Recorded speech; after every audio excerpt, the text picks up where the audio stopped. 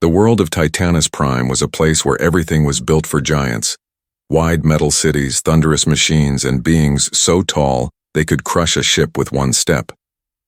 Among them lived Lord Vrax, one of the most respected warriors of the Titan race.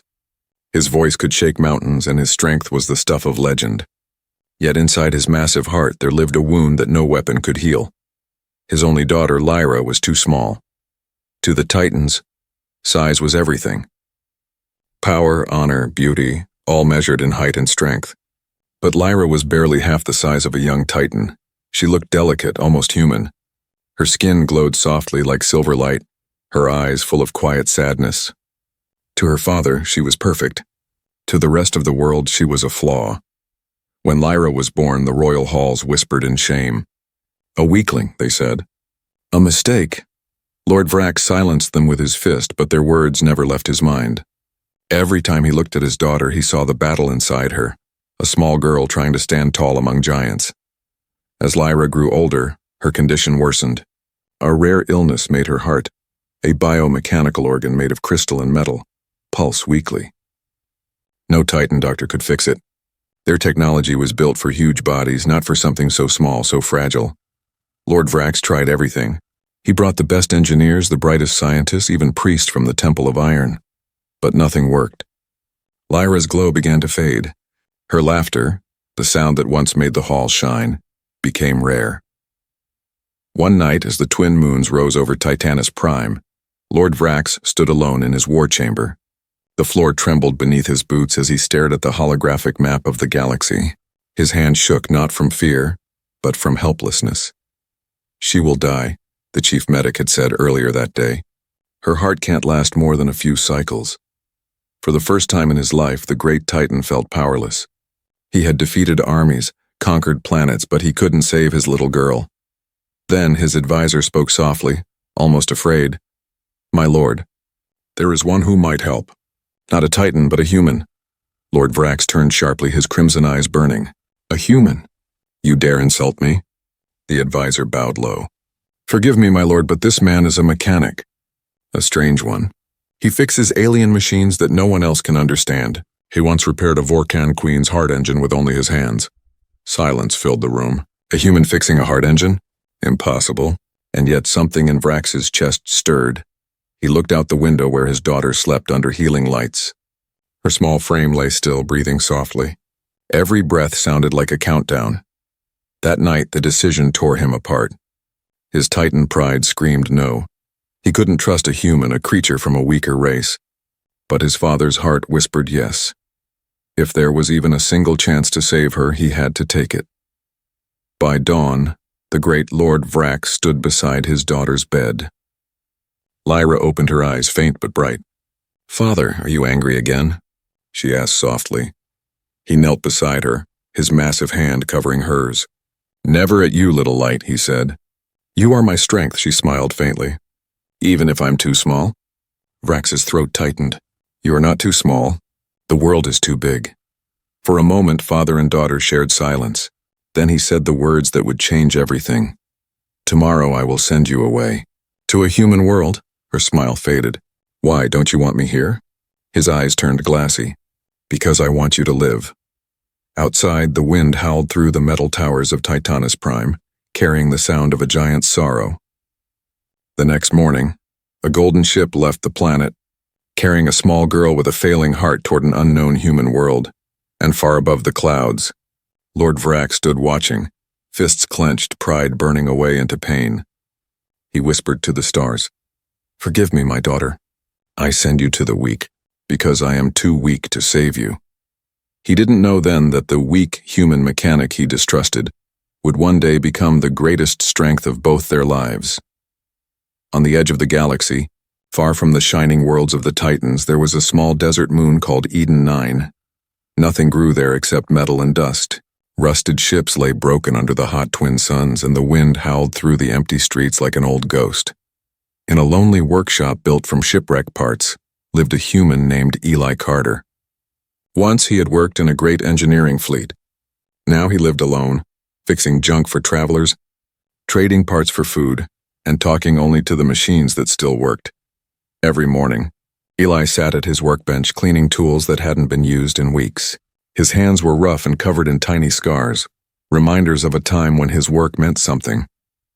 But those days were gone. All he had left was silence and the soft hum of broken engines waiting for a reason to run again. Then one morning the ground began to shake. A shadow fell over his workshop. Eli stepped outside, wiping the sweat from his brow, and froze. Above him, blocking the suns, was a Titan ship, massive, glowing with alien symbols. It looked like a mountain made of light and iron. Eli's first thought was fear.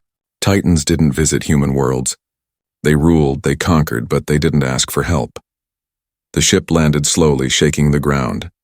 When the air cleared, he saw a small ramp lower to the sand. From it, 2 giant guards stepped out, and between them walked a tiny figure in a silver cloak. Eli blinked.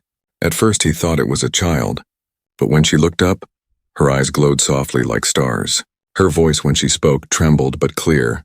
"Are you Eli Carter?" Eli nodded, confused. "That's me." The guards knelt, their heavy voices rumbling. "You are to repair the Princess Lyra, daughter of Lord Vrax. Fail and your world will be destroyed." Before Eli could respond, the girl lifted her hand weakly. "No threats," she whispered. "Please." "He's our last hope." Her knees gave way.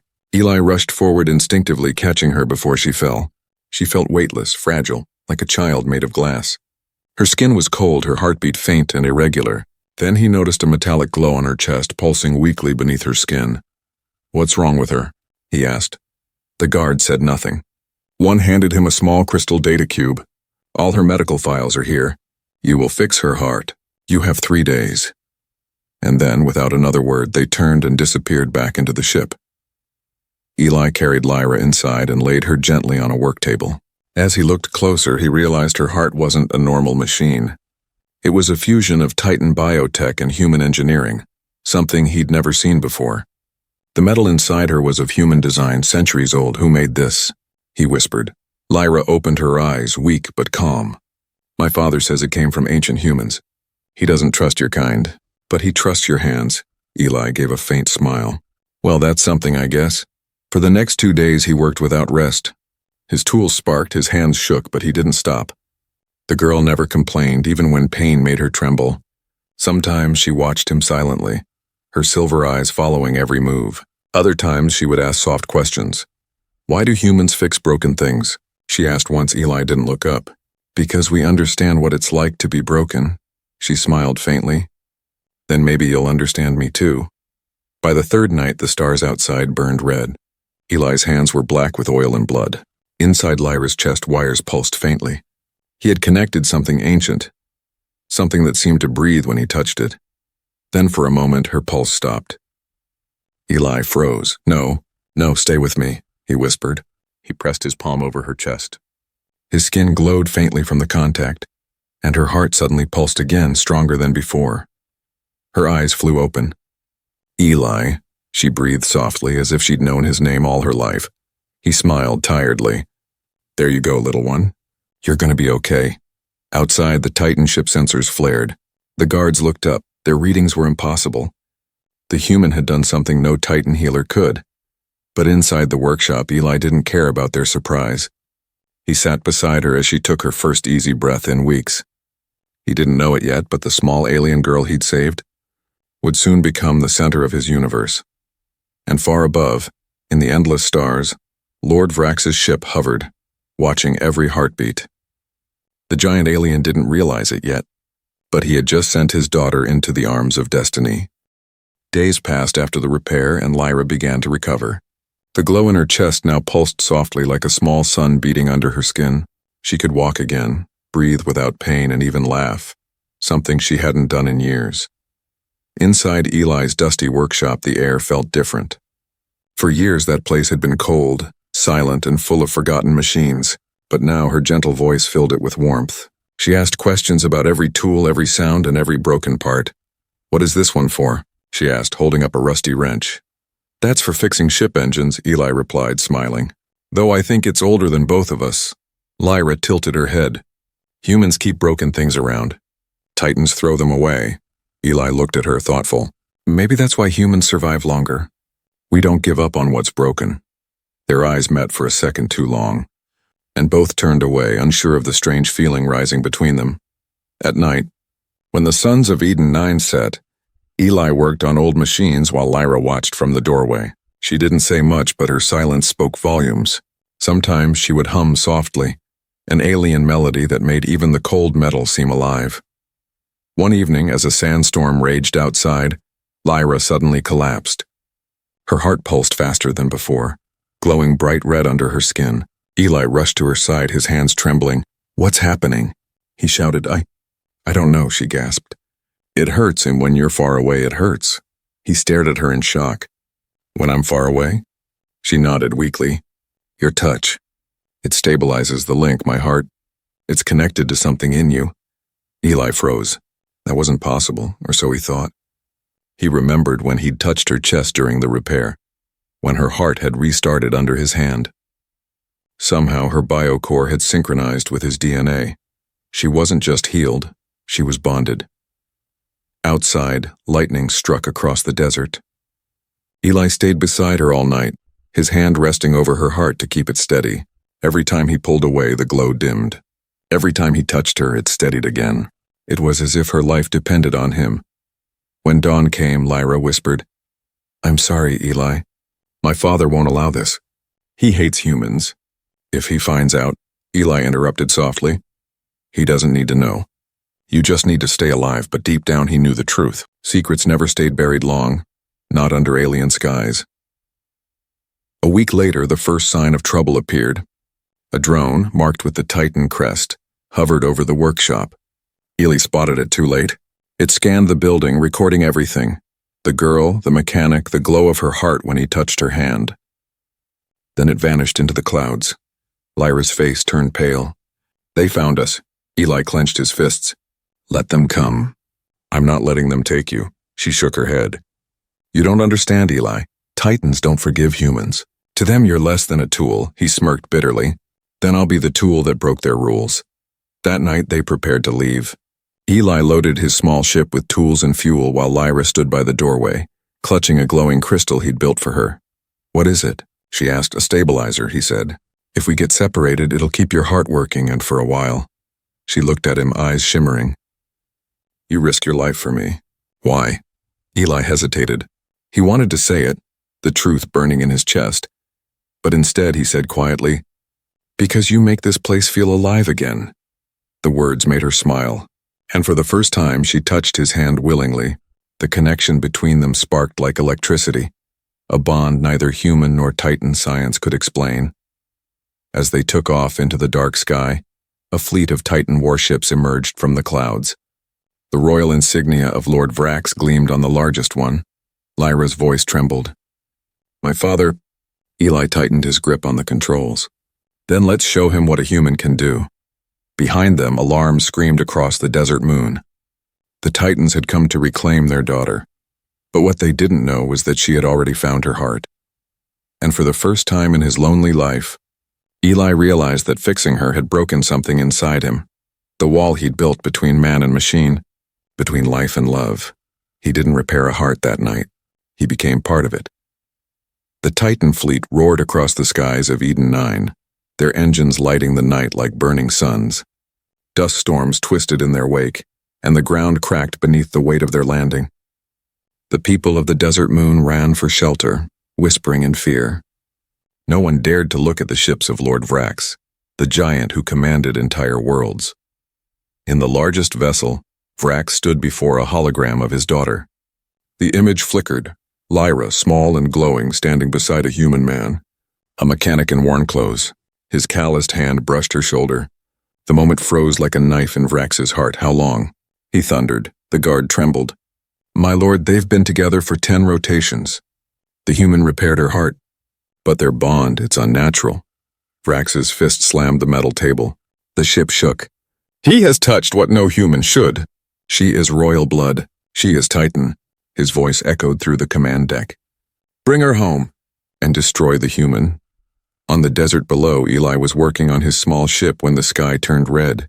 He looked up and saw the shadow of Vrax's flagship cover the stars. The air buzzed with energy. Lyra felt it too. Her heart began to pulse painfully, reacting to the presence of her father. He's here, she whispered, clutching her chest. Eli, you have to run. Eli shook his head. Not without you. Within moments, the ground trembled. A bright beam shot down and Titan soldiers appeared in a flash of blue light, each one towering twice the height of Eli. They surrounded the workshop, weapons glowing with plasma. A voice boomed from above, carried through the air by machines. Human mechanic. Step forward. Eli glanced at Lyra. That's him, isn't it? She nodded slowly, tears forming in her eyes. My father. He took a breath and stepped outside. The Titans stared down at him like gods judging a mortal. The air smelled of metal and ozone. A massive figure descended from the ship, Lord Vrax himself. His armor shimmered like molten steel, his eyes burning crimson. When he saw Eli, he sneered.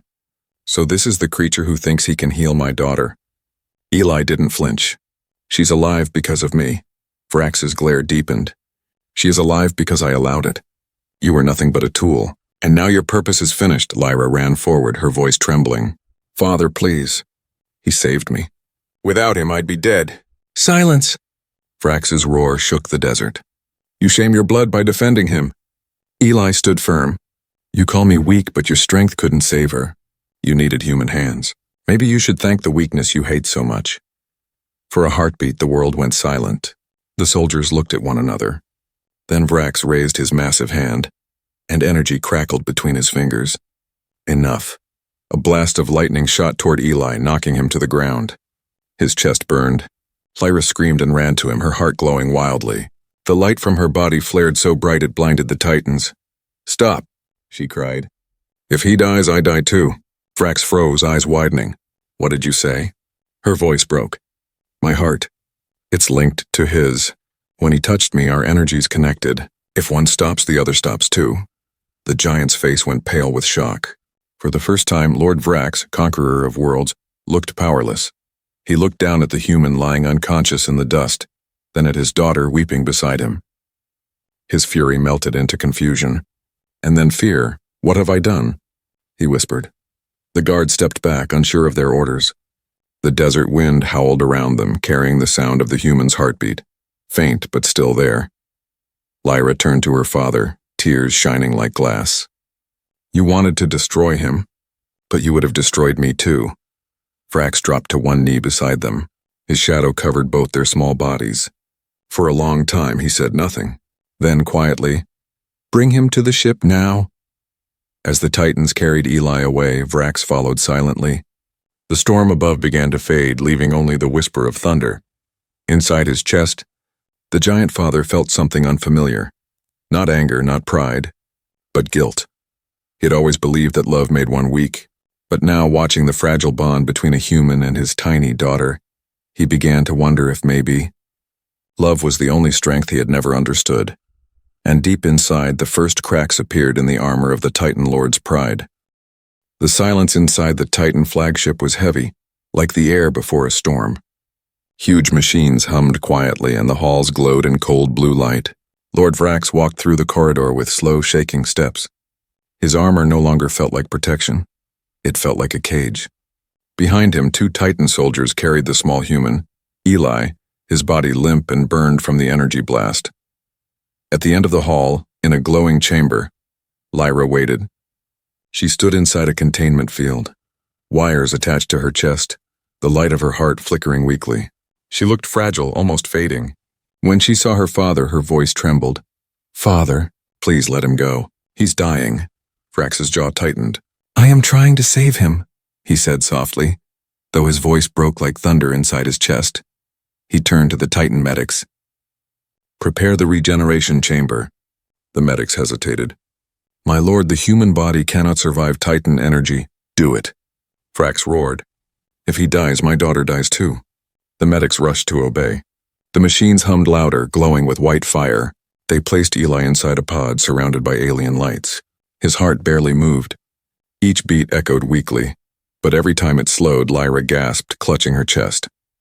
Vrax watched both of them, the human and his daughter, connected by something he couldn't understand. A bond beyond science, beyond blood. His pride screamed to destroy the human, but his heart whispered otherwise. Hours passed. The medics worked, but Eli's body was too weak. His breathing faded. Vrax's hands curled into fists. "No more waiting," he growled. "Transfer my energy to him." "My lord," a medic warned, "Titan energy could destroy a human instantly." "Then I will control it," Vrax said, stepping forward. He placed his massive hand over the chamber's energy core. Power flowed from him, raw, blinding, ancient. The ship trembled as his life force poured into the human. Sweat rolled down his face. His muscles burned like fire. Lyra cried out, "Father, stop! You'll kill yourself!" But Vrax didn't stop. He had once burned worlds for power. Now he would burn himself for love. "Live, human," he whispered through gritted teeth. "Live, for her." Inside the pod, Eli's heart flickered. His body arched with light, his veins glowing faintly gold. Then suddenly, on thump, one strong heartbeat echoed through the room. Then another. Lyra's heart pulsed in rhythm with his, glowing brighter than before. Her breathing steadied. Her pale skin began to shimmer again. The medic stepped back, stunned. "He's alive," one whispered. "They're both stable." Vrax fell to one knee, exhausted. His armor dimmed. He stared at Eli's fragile form and muttered, "You stubborn creature, you've survived what even Titans could not." When Eli finally opened his eyes hours later, he was lying in a massive chamber made of silver stone. Strange lights danced above him. His first sight was Lyra sitting beside him, holding his hand. "You're awake," she said softly. "You almost died." He smiled weakly. "Guess I'm too stubborn for that." She laughed, tears slipping down her cheeks. "My father saved you." Eli's brow furrowed. "Your father?" He turned his head and saw the massive figure of Lord Vrax standing at the edge of the room, silent, watching them. Eli tried to sit up. "You didn't have to," Vrax raised a hand. "Be silent. I have seen what you did for her. No Titan could have done what you did. You saved her with something. We no longer understand." Eli met his gaze. "Love isn't weakness, my lord. It's the only thing that makes strength worth having." The giant's eyes softened just a little. He turned away. "Perhaps you are right." Suddenly, alarms blared through the ship. A voice shouted, "My lord! The High Council is approaching!" They've detected the human presence. They demand his execution. Lyra's heart raced. "No, they can't take him." Vrax's face darkened. "The Council sees this bond as a crime. They will call it contamination." Eli stood weakly, still in pain. "Then we run," but Vrax shook his head. "There is nowhere in this galaxy you can hide from the Council." He looked down at his daughter, then at the human she loved. His voice dropped low, heavy with conflict. "But there is one thing I can do, defy them." Lyra's eyes widened. "You would fight the Council for us?" The Titan Lord turned toward the stars. "For you," he said, "I will fight the universe itself." Outside, warships began to appear in orbit, massive, glowing with judgment. Inside, Lord Vrax placed his giant hand on the human's shoulder. "You saved my daughter," he said quietly. "Now I will save you both." The ship's engines roared to life, and the stars blurred into streaks of light. The race had begun, not just for survival, but for the truth that love could exist even between the mightiest Titan and the smallest human. And somewhere deep inside the universe, destiny whispered, "The heart knows no size." The Titan flagship drifted through the black sea of space, its engines silent, lights dimmed. It moved like a wounded beast, hiding from its own kind. Inside, Lord Vrax stood before the viewing glass, watching stars slide past. His mind was at war. He had fought countless battles, faced monstrous armies, and ruled with iron strength. Yet now a single human and his daughter had broken that unshakable pride. His people would call him weak. The High Council had already sent word. Return the girl. Deliver the human. Face judgment. Behind him, footsteps echoed softly. Lyra entered the chamber, wearing a simple cloak, her eyes still glowing with that faint silver light.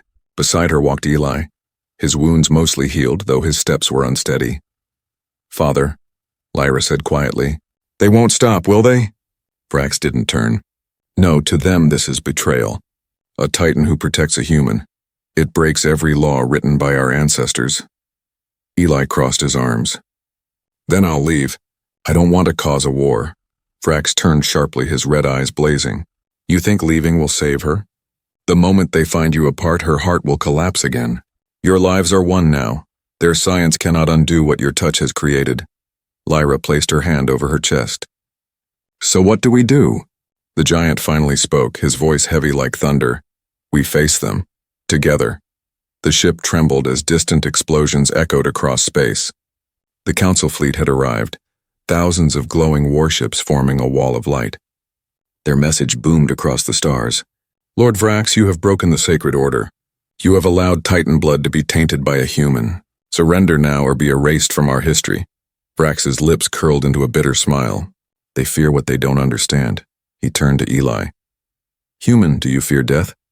Eli hesitated. Everyone does. But I'm more afraid of watching her die. The Titan Lord nodded. Then you are stronger than most of my kind. In the control room, alarms flashed red. Energy signatures filled the radar. Lyra gripped Eli's hand. They'll destroy us, Father. Vrax's deep voice boomed through the ship. Then we give them something they can't destroy. A truth they can't deny. He opened a communication channel to the entire Titan fleet. His image appeared before thousands of commanders and soldiers. This is Lord Vrax, he said, his voice echoing across every ship. You call me traitor. You call me weak. But I have seen something greater than your fear. I have seen humanity. Gasps and murmurs filled the network. This human you call unworthy, Vrax continued, pointing to Eli, saved what all our power could not. My daughter's heart. Not with machines. Not with force. With care. One of the council generals shouted through the transmission. You disgrace us. A Titan does not beg, does not love. Vrax's eyes blazed. Then perhaps Titans have forgotten how to live. He slammed his hand on the console, cutting the channel. The ship trembled as the council prepared to attack. Eli looked up at the giant. That speech just made you a bigger target. Vrax smirked faintly. So be it, let them come, the battle began. Beams of light cut through the darkness. The flagship shook as energy blasts struck its shields. Inside, Lyra and Eli worked side by side, rerouting power through the engines. We can't outrun them, Eli shouted. Vrax's massive hands gripped the controls. We don't need to. We need to show them. He rerouted the ship's power to the reactor core. The screen filled with warnings. Core meltdown imminent, Lyra gasped. Father, that will destroy us. No, Vrax said calmly. It will show them our hearts. Literally. He pressed a final command and the ship released a wave of pure energy. Not as a weapon, but as light. It spread across the battlefield like a sunrise touching every Titan ship. Their sensors detected something impossible. 2 heartbeats, 1 human and 1 Titan beating in perfect sync. Every ship went silent. Even the council paused. The proof was undeniable. Connection, unity, something beyond hate or difference. When the light faded, Vrax stood tall. If this is weakness, he said into the silent channel, then I choose it. No one fired again. One by one, the Titan ships withdrew, leaving only the echo of his words behind. Lyra ran to her father, hugging his leg. You did it, she whispered. Vrax looked down at her and Eli. No, he said softly. You did. Both of you showed me that strength isn't in size or power. It's in what we protect. For the first time in his long life, the giant warrior smiled. The kind of smile that carried peace instead of pride. And as the stars glowed outside the window, the Titan who once ruled through fear finally understood. Love was the one force even the universe could not conquer. The war that never began became the story that never ended. When the light of Lord Vrax's ship spread across the battlefield, every Titan ship stopped firing. No one could explain it. A pulse of energy, born from the bond of a human and a Titan, had reached through metal, space and pride. The Titans, once proud and cold, had felt something they had forgotten. Emotion. For centuries, they believed compassion was weakness. But now their strongest warrior, the great Lord Vrax, had knelt beside a human and called him equal. That single act rippled through every world in their empire. Weeks passed. The council did not attack again. They watched, waiting, and eventually, they withdrew. Their pride couldn't understand what had happened, but their hearts could not deny it. The ship drifted through quiet space. Inside, peace had returned. For now.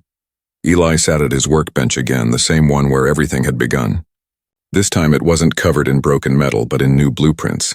Machines designed not for war, but for unity. Beside him, Lyra leaned over the table, helping him draw. What's that? She asked, pointing to a small sketch. It's a communicator, Eli said.